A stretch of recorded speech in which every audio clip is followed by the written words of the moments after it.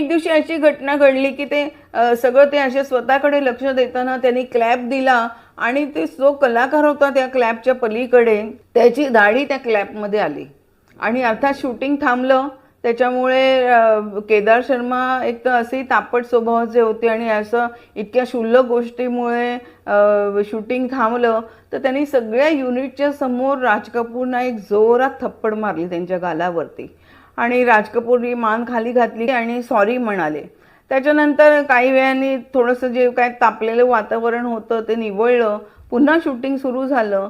संध्याकाळी जेव्हा शूटिंग संपलं तेव्हा केदार शर्मानं एक नंतरच्याच म्हणजे जेव्हा शूटिंग सुरू झालं होतं हळूहळू त्यांचाही राग निवळला होता. तर तेव्हा त्यांना एक मनामध्ये सल निर्माण झाली होती की आपण या मुलाला ना सगळ्यांसमोर मारलं. त्यांना माहिती होतं की राज कपूरना हिरो बनण्याची इच्छा आहे, दिसायला देखणे आहेत आणि हा मुलगा आता